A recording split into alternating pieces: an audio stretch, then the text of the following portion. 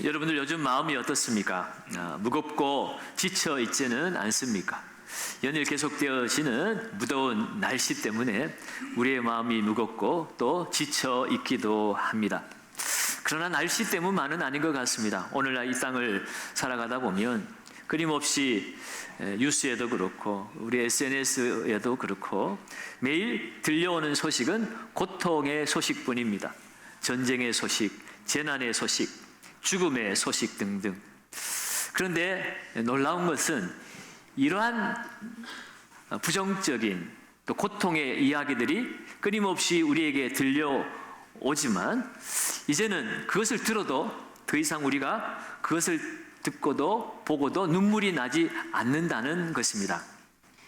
이러한 사회 현상을 소위 공감피로라고 말하기도 합니다. 타인의 고통을 너무 많이 접하다 보니까 우리의 감정이 소진이 되고 무뎌져 버려서 결국은 무관심해지는 현상을 공감피로라고 합니다. 이러한 공감피로 현상은 본래 이 사람들을 많이 접하는 저와 같은 목회자나 또는 간호사나 상담사나 교사 같은 직업군에서 자주 나타나는 현상이었습니다. 그러나 지금은 일반 대중들에게도 이와 같은 현상이 나타나고 있습니다. 말씀드린 것처럼 뉴스에서나 매일 보는 SNS나 유튜브 같은 데서 끊임없이 고통의 장면들이 반복적으로 우리에게 보여지고 들려지기 때문입니다. 너무나 많은 것을 이제 접하다 보니까 이제는 웬만한 것을 보고 들어도 그것에 놀라지도 않고 슬픔이 찾아오지도 않고 눈물이 나지도 않는다는 것이에요. 오늘날 우리는 너무 많은 것을 보고 살아갑니다. 그런데 정작 사람을 보지는 못하고 살아가고 있습니다. 우리의 눈은 열려 있지만 우리의 심장은 닫혀 있습니다.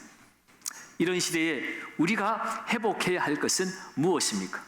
돈도 벌어야 되고 원하는 자리에도 올라가야 되겠지만 무엇보다도 주님의 마음을 회복해야 합니다. 그 주님의 마음 중에서도 긍휼의 마음입니다. 오늘 우리가 읽은 본문의 말씀은 우리가 잃어버린 이 긍휼이 무엇인지 그리고 그 긍휼이 이 세상을 어떻게 바꾸는지를 우리에게 알려주고 있습니다. 오늘 이 본문의 말씀을 통해서 내 말은 우리의 마음에 주님의 따뜻한 긍휼의 심장이 다시 뛰기를 소망하며 말씀의 은혜를 나누기를 원합니다. 그러면 첫째로 긍휼이 무엇인가 했을 때 그 긍휼은 보는 것에서 시작되어진다는 겁니다. 오늘 본문 35절은 예수님의 사역을 한마디로 요약을 해서 우리에게 소개하고 있습니다. 35절을 같이 한번 읽어보겠습니다. 예수께서 모든 도시와 마을에 두루 다니사 그들의 해당에서 가르치시며 천국 복음을 전파하시며 모든 병과 모든 약한 것을 고치시니라. 아멘. 이 예수님의 사역을 가르치시고 전파하시고 고치시는 사역으로 이렇게 요약을 했습니다. 오늘 이 말씀은 예수님의 사역을 건조한 보고서 형식으로 이렇게 짧게 이야기를 하고 있지만 그러나 여러분 예수님의 그 하루하루의 일상을 상상해 보면 어떨까요? 예수님은 온 도시와 마을을 두루 다니셨다고 그랬어요. 그 먼지 나는 광야길을 터벅터벅 다니실 때에 얼마나 많이 다니셨는지 주님의 발은 상처투성이었을 것입니다. 그리고 말씀을 해당해서 가는 곳마다 가르치셨어요. 천국 복음을 전파하셨어요.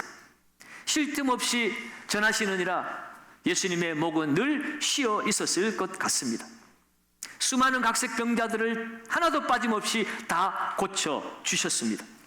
그러다 보면 주님의 옷자락에는 온갖 눈물과 피와 고름이 튀어져 있지 않았겠습니까?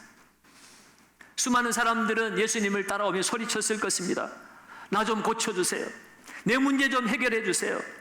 내게 한마디만 해주세요. 그야말로 인간의 욕망과 고통이 들끓는 거대한 소용돌이 속을 예수님은 지나시고 계셨습니다. 그런데 바로 그 순간 그 모든 소음과 아우성 한가운데서 예수님은 걸음을 멈추시고 무언가를 보시기 시작하셨습니다. 오늘 36절 상반절입니다. 무리를 보시고, 예수님은 수많은 무리를 보셨습니다. 이것은 단순한 시선의 이동이 아닙니다. 의지적으로 멈추신 것이고 의도적으로 주목하고 계신 것입니다. 여러분, 이것이 오늘날 공간 피로에 찌들어 있는 우리와 예수님의 그 결정적인 시선의 차이입니다. 오늘날 우리는 무엇을 보고 있습니까? 사람들의 그 무리 속에서 언제나 우리는 우리의 유익을 찾습니다. 나에게 불편을 주는 사람은 가차없이 골라냅니다. 나와 관계없는 사람들은 그저 배경처럼 지워버립니다. SNS에, 카톡에, 유튜브에 수많은 이미지들이 떠오르지만, 그러나 그러한 사람들은 그저 스쳐 지나가는 하나의 정보로만 소비해 버립니다. 그러나 오늘 예수님의 무리를 향한 보심은 달랐습니다. 주님은 그 많은 무리 속에서 하나님의 형상을 보셨습니다. 성공한 자의 그 교만 뒤에 숨어있는 영적 공허함을 보셨습니다. 실패한 자의 낙심 뒤에 가려져 있는 하나님의 그 자녀의 귀함을 보고 계셨습니다. 예수님은 그들의 영혼 깊은 자리에 위치한 그 실상을 꿰뚫어 보신 것입니다. 여러분, 예수님이 보신 그 무리들의 그 영혼의 실상이 어떠했을까? 오늘 36절 하반절은 이는 그들이 목자 없는 양과 같이 고생하며 기진함이라 라고 말합니다. 그들은 고생하고 있었습니다. 이 고생이라는 헬라어는요, 괴롭힘을 당하다, 짓눌리다 라는 뜻을 가지고 있습니다. 또 그들은 기진했습니다.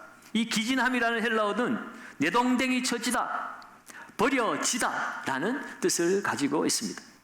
그러니까 오늘 예수님 눈에 비춰진 이 땅의 무리들은 세상의 온갖 풍파에 시달리고 또 시달려서 녹초가 되어버린 상태입니다. 인생의 그 많은 문제들 앞에 속수무책으로 내동댕이 쳐버려져서 어디로 가야 할지 몰라서 주저앉아버린 상태입니다. 예수님은 무리들 가운데 그런 그 영혼을 꿰뚫어 보신 것입니다. 그들의 겉모습이 아니라 그 안에 감춰진 상처와 신음을 보셨습니다. 탈진한 영혼의 상태를 보셨습니다. 사랑하는 여러분, 오늘날 우리는 무엇을 보고 있습니까?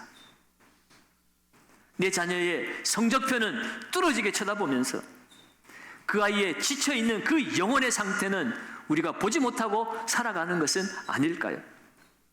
늘 잔소리만 한다고 느껴지는 배우자의 그 말 속에 숨어있는 외로움의 신호를 우리는 보지 못하고 살아가는 것은 아닐까요? 까다롭게만 보이는 직장 동료의 그 태도 안에 숨겨진 깊은 상처를 우리는 외면하고 있지는 않습니까? 그렇다면 오늘 우리는 우리의 눈이 열리기를 기도해야 합니다. 주님의 눈으로 우리의 이웃과 가정과 세상을 새롭게 볼 수 있도록 우리의 눈을 열어주시기를 기도해야 합니다. 긍휼은 여기에서부터 시작되는 것입니다. 나의 시선을 내려놓는 곳에서 예수님의 시선으로 사람들을 바라볼 때에 긍휼은 움트기 시작합니다. 문제를 보는 것이 아니라 사람을 보고 겉모습이 아니라 영혼을 볼 수 있을 때 하나님의 마음, 그 긍휼의 마음이 우리 가운데 부어지기 시작합니다. 둘째로 긍휼은 함께 아파하는 것입니다. 보는 것으로 끝나지 않고 함께 아파하는 것으로 이어져야 한다는 거예요. 주님께서 그 무리들의 영혼의 그 실상을 바라보실 때에 그 마음에 무엇이 일어났는지 오늘 36절은 이렇게 말씀합니다. 무리를 보시고 어떻게 하셨어요? 불쌍히 여기셨다. 여러분, 우리가 흔히 불쌍히 여긴다라고 말을 하면 보통 위에서 아래를 내려다보면서 뭔가 시혜를 베푸는 동정적인 마음을 우리는 불쌍히 여기다라고 우리는 받아들입니다. 그러니까 참 안 됐네, 참 불쌍하네, 참 딱하네 라고 안타까워하는 그 감정 정도를 우리는 불쌍히 여기는 것이라고 말합니다. 그러나 오늘 성경에서 예수님이 말씀하신 이 불쌍히 여기다라는 마음은 전혀 차원이 다른 마음입니다. 예전에도 한번 말씀드렸습니다. 이 불쌍히 여기다의 그 헬라어 원어는 스폴랑크니조마이라는 단어입니다. 당시에 유대인들은 가장 깊은 감정이 바로 이 창자나 내장에 스며 있다라고 그렇게 믿었습니다. 지금 예수님은 정말 불쌍히 여기시는 이 마음이 예수님의 그 내장이 끊어지는 듯한 아픔을 느끼는 그러한 불쌍히 여기는 마음이셨어요. 그러니까 머리로 단순히 이해하는, 감정적으로 동의하는 수준의 불쌍히 여김이 아니라 내 이 내면 복부에서 끓어오르는 그 긍휼의 마음, 그 마음은 창자가 뒤틀리는 듯한 고통이었다는 것입니다. 오늘 주님은 그 무리들의 아픔을 주님의 아픔으로 여기셨어요. 그들의 고통을 내 뼈를 깎는 고통으로 느끼셨다는 것입니다. 주님이 무리를 보신 마음, 그 긍휼은 바로 이런 것이었어요. 그렇다면 예수님은 왜 그토록 무리를 보시고 내장이 끊어지는 듯한 아픔을 느껴셔야만 하셨을까? 그 이유는 그 무리들이 목자 없는 양들 같았기 때문입니다. 양에게 목자는 전부입니다. 양들은 푸른 초장 쉴만한 물가를 스스로 찾아갈 수가 없는 존재들이에요. 그런 능력이 없습니다. 맹수들을 만나면 그 맹수들을 물리칠 수 있는 힘도 없는 무능한 존재가 양들입니다. 길을 잃으면 그 길을 다시 찾아서 돌아올 수도 없는 어리석은 존재들입니다. 결국 이리저리 헤매다가 쓰러져 죽음을 기다릴 수밖에 없는 것이 목자 없는 양들의 모습이에요. 오늘 이 땅을 살아가는 예수님 눈에 비춰진 이 세상의 사람들이 마치 인생의 주인이신 하나님을 잃어버리고 세상이라는 광야에서 이리저리 헤매며 상처 입고 쓰러져가는 완전히 무기력하고 완전한 절망의 상태에 놓인 그 영혼들을 주님은 꿰뚫어 보고 계신 것입니다. 오늘날 세상 사람들은 돈을 목자로 알고 그 돈을 따라 살아가다가 상처 입고 쓰러져서 통곡하고 살아갑니다. 성공이 목자인 줄 알고 달려가다가 낭떠러지인지도 모르고 낭떠러지에 떨어져 죽기도 합니다. 쾌락이 목자인 줄 알고 따라가다가 더 깊은 갈증에 허덕이는 그러한 영혼들이 오늘 땅을 살아가는 예수님 눈에 비춰진 이 땅의 무리들의 모습이었습니다. 그 모습을 보고 예수님은 창자가 끊어지는 듯한 아픔을 느끼고 계신 것입니다. 사랑하는 여러분, 오늘 이 세상에 고통하는 신음소리가 들리십니까? 오늘날은 그 어느 시대보다 정서적으로 고립되어 있는 시대입니다. 수많은 SNS 목록에 많은 친구들의 이름이 올라와 있지만 그러나 그 목록 속에서 진정한 마음을 나눌 것이 하나도 없어서 외로워하는 영혼들의 신음소리가 지금도 이곳저곳에서 들려오고 있습니다. 바로 그 신음소리에 이 스폴랑크니조마이가 반응하는 것입니다. 긍휼의 그 끊어질 듯한 심장이 반응하는 것이 바로 이 스폴랑크니조마이의 마음이었습니다. 여러분, 오늘 우리는 그 소리 앞에 나도 피곤해, 내 문제도 많은데 저 사람의 문제까지 내가 신경 쓸 여유가 있어? 그렇게 우리는 외면해 버리고 맙니다. 그러나 오늘 예수님은 저 영혼이 바로 내가 십자가에서 피를 흘려 구원해낸 내 사랑하는 자녀라고 말씀하고 있습니다. 사랑하는 여러분, 오늘 이 시간 주님께서 그 스폴랑크니조마이의 내장이 타는 듯한, 끊어지는 듯한 그 뜨거운 마음을 가지고 무리를 보신 것처럼 이제 그 마음이 우리에게도 부어져야 할 것입니다. 그 긍휼의 마음이 회복될 때에 비로소 우리는 차가운 판단을 멈추고 뜨거운 눈물을 다시 흘릴 수가 있습니다. 비난의 말을 거두고 위로의 손을 내밀 수가 있습니다. 이제는 내 상처에만 매몰되어 있는 나의 눈을 들어서 이제 내 곁에 함께 울어줄 사람을 찾고 있는, 다른 영혼을 끌어안을 수 있는 주님의 시선과 주님의 마음으로 살아갈 수 있는 저와 여러분들이 되시기를 주의 이름으로 축원합니다. 세 번째로, 결국 긍휼은 함께 아파하는 것으로 끝나지 않고 움직이는 것으로 완성이 되어야 합니다. 오늘 예수님의 긍휼이 오늘 이 예수님의 사역을 이끄는 원동력이 되었습니다.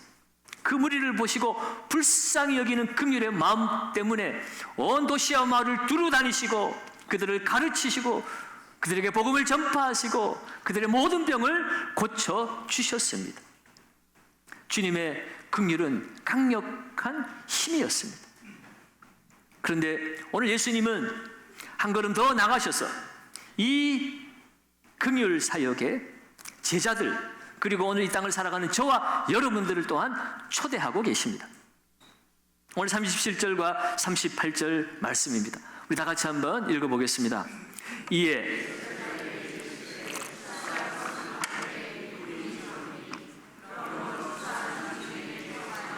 추수할 일꾼들을 보내주소서 하라 하시니라. 아멘. 여러분, 오늘 주님은 제자들에게 기도를 요청하고 있습니다. 추수할 일꾼이 적으니 추수할 일꾼을 보내주도록 주인에게 기도하자는 것이에요. 여러분, 이 기도가 여러분들에게는 어떻게 들리십니까? 일꾼을 보내달라고 기도하니 나 말고 다른 사람 좀 보내달라고 하는 기도처럼 들리십니까? 여러분, 이것은 책임전가의 기도가 절대로 아닙니다. 목자 없는 양들을 보며 불쌍히 여기는 창자가 끊어지는 아픔을 느끼는 사람들이라면 그들의 고통을 강 건너 불구경하듯이 보고 있을 수는 없습니다.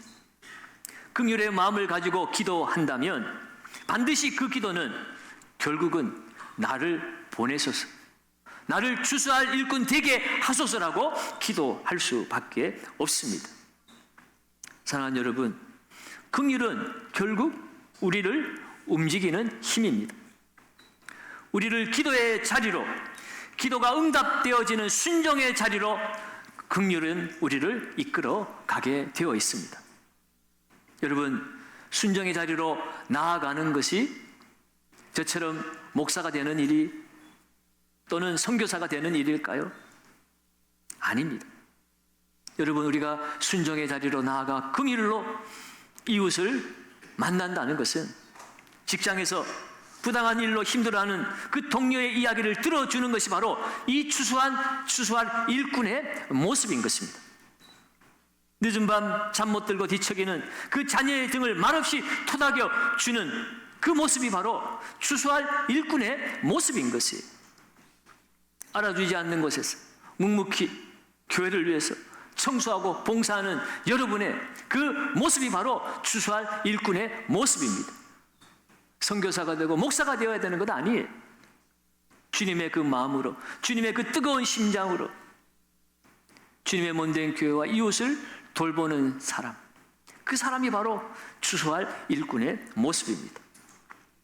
사랑하는 여러분, 오늘 우리에게 회복되어야 될 것은 예수님의 마음, 그것도 긍휼의 마음입니다. 긍휼은 무관심했던 시선을 돌려서 상처 입은 영혼을 보는 것에서 시작됩니다.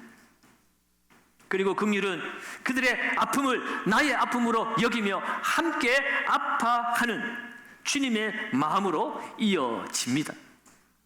그리고 마침내 그 긍휼은 우리를 기도의 자리로, 섬김의 자리로 움직이게 하는 힘이 되어집니다. 여러분, 우리에게 이 긍휼이 있습니까? 만약에 이 긍휼의 마음이 없다면 오늘 우리는 주님 앞에 기도하며 나가야 할 것입니다. 이 세상이 교회를 위해, 교회를 바라보고 교회에 기대하는 것은 교회가 얼마나 큰 예배당을 지었냐가 아닙니다. 교회가 얼마나 세련된 프로그램을 운영하고 있느냐가 아닙니다. 오늘 세상이 기대하고 바라보는 바는 정말 교회가, 성도가 얼마나 예수님의 마음을 닮아 있느냐입니다. 그들은 우리의 긍휼의 마음을 보고 싶어 합니다. 오늘 새벽 말씀도 사대교회와 빌라델비아 교회를 우리가 함께 보았습니다. 사대교회는 겉으로는 그럴듯한 교회였습니다. 사람들 입에서는 살아있는 교회라고 그렇게 일컬음을 받았지만 주님은 내 행위가 온전하지 못하다. 실상은 죽은 교회라고 말씀하셨습니다.